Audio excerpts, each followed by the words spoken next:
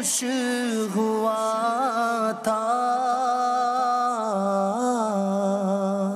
और ज़ौक़े इबादत बढ़ा था। आहब दिल पे गैर गम का गलबा,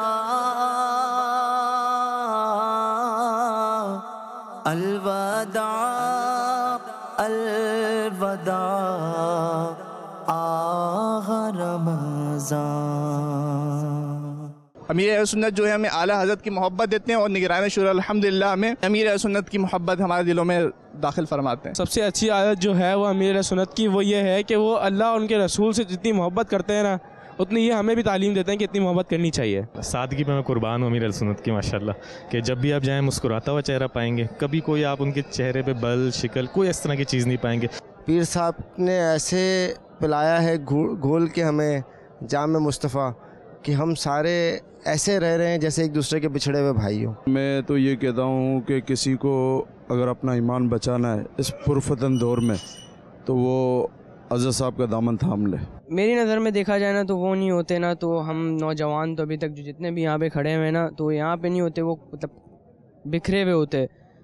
इस तरह नहीं होता जिस तरह उन्होंने संभाल के रखा हुआ है कि गुनाहों से बचा रहे हैं। चांद रात मैं सोच रहा हूँ मैं यहीं गुजारूँ और मैं मदनी काफ़िले का सफ़र करूँ, फ़ीस जमा करा दूँगा जो भी होगी। मैं अपने घर वालों से इजाज़त ले चुका हूँ और घर वाले कहते हैं कि आप जितना हो सके सफ़र करो। वहाँ यहाँ से जाने के बाद मेरी कोशिश ये है कि नमाज़ें ना छोड़ूँ और कुरान पाक ना छोड़ूं। इन फ्यूचर आलिम दीन का कोर्स करना है, दर्स निज़ामी करना है, मगर अभी फिल वक्त कुछ ऐसी वजूहत इस वजह से दुनियावी ज़िंदगी के लिए भी कुछ सीखना पड़ रहा है, तो इस वजह से अभी आलिम दीन का कोर्स नहीं कर सकते। बाकी आलिम दीन का कोर्स करना है, दर्स निज़ामी करनी है। लोग मुझे असल में यहाँ बैठने भी नहीं दे रहे थे, दोस्त लोग बोले थे सोनी नहीं देते, वहाँ सोनी नहीं देते, सोनी नहीं देते। मैंने कहा सोनी के लिए नहीं जा रहा मैं, मुझे टेंशन नहीं है, क्योंकि बोल रहे थे यहाँ पे बहुत सख्ती करते हैं। ऐसा कोई सख्ती नहीं है, हम आए इबादत करने के लिए, माशाल्लाह से हम इबादत कर रहे हैं, हर काम हर वक्त में हो रहा है। मेरा सुन फरमाते हैं जो शख्स आराम के वक्त आराम नहीं करता वो शख्स काम के वक्त काम भी नहीं कर सकता।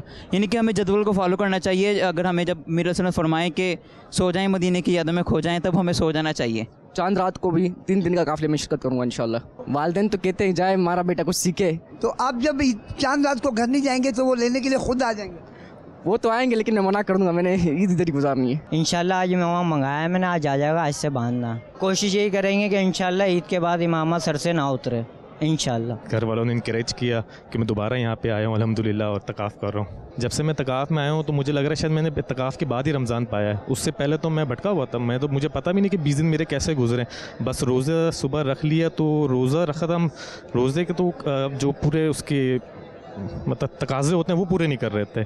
अभी जो मैं मैकेनिकल इंजीनियरिंग कर रहा हूँ, फ्रेश फील किया यहाँ पे आके। जैसे अब यहाँ पे इस तरह का हिसाब है जैसे बंदा पूरा साल जैसे दुनियावी काम में मसरूफ़ होता है, अब यहाँ पे जैसे बंदा आता है तो उसको एक तरह का बूस्ट मिलता है। जैसे मोबाइल को चार्ज कर देते हम, ऐसे ही बंदा यहाँ पे आके चार्ज हो जाता है। अगर हम प्रोफेशनल फील्ड की बात करें जैसे बाहर दुनियावी, तो वहाँ पे अक्सर ये होता है कंपनीज़ वगैरह में लोग एक दूसरे की लेग पुलिंग करते हैं। अब यहाँ पे जैसे मैं आया, मैंने एक चीज़ गौर की, यहाँ पे सब मिलजुल के रह रहे हैं, कोई एक दूसरे की टांग नहीं खींच रहा, ना कोई किसी को परेशान कर रहे चीज़ में। कोई कंपैरिजन ही नहीं है। अगर मैं आपसे बात करूं कि जो पिछली लाइफ गुजरी और जो एतकाफ़ की लाइफ है वो टोटली बिल्कुल डिफरेंट है। यहाँ पे माहौल, दीनी तालीम, रूहानियत पे, अखलाकी तरबियत, सब चीज़ें आपको प्रॉपर दी जा रही हैं। यहाँ पे छोटे से बड़ा, बड़े से छोटा, सबको एक जैसा ट्रीट करा जा रहा है। मैं अपनी बात करूँ यूनिवर्सिटी लाइफ की, तो हमें यूनिवर्सिटी में यही होता है कि यूनिवर्सिटी में बंदा नया नया जाता है, चीज़ें देखता है, एक्सप्लोर करता है, और फिर यह है कि शैतानी चरखों में पड़ ही जाता है एट द एंड कहीं ना कहीं। लेकिन आप ऐसी कौम को, ऐसी बंदों को, ऐसे बच्चों को जो माँ बाप के आगे बदतमीज़ी करते हैं, ज़बान चलाते हैं और 10 गुनाहों में पड़े हुए हैं, आप उनको लाके 1 माह के एतकाफ़ में बिठा रहे हो, तो ये बहुत ही बड़ी बात है। उसके बाद बच्चा जब घर जाता है तो वालिदैन भी फिर अश करते हैं उस चीज़ पे। ये तालीम हमारी बहुत ही ज़रूरी है, ख़ास तौर पे जो हमारे कॉलेज के स्टूडेंट्स होते हैं और यूनिवर्सिटी लेवल के जो स्टूडेंट्स होते हैं, ये मेच्योरिटी लेवल पे आना स्टार्ट हो जाते हैं। इनका माइंड कंफ्यूज होता है लेकिन आहिस्ता आहिस्ता करके वो डेवलप होना शुरू हो जाता है। तो मेरे हिसाब से ये तरबियत बहुत ज़रूरी है। पहला एतिकाफ़ है मेरी ज़िंदगी का, हर साल सोचता रहा और गफलतों में गुजर जाता था रमज़ान। इस बार अल्लाह ने बुला लिया और पीर साहब की दुआ थी तो हम हाज़िरी में पहुँच गए। अपनी 28 साल की ज़िंदगी गफलत में गुजार दी। हमें मालूम ही नहीं था कि रमज़ान क्या है और पीर साहब की सोहबत में बैठना क्या होता है, क्या एहसासात हैं ज़िंदगी के, और किस तरह रमज़ान गुजारना चाहिए था हमें कुछ पता नहीं था। हमने गफलत में ज़िंदगी तबाह कर दी। मेरी फील्ड प्रोजेक्ट मैनेजमेंट की है, कंपनी में एज अ प्रोजेक्ट मैनेजर काम करता हूँ मैं। ये एतकाफ़ अल्हम्दुलिल्लाह वली कामिल की सोहबत में होता है।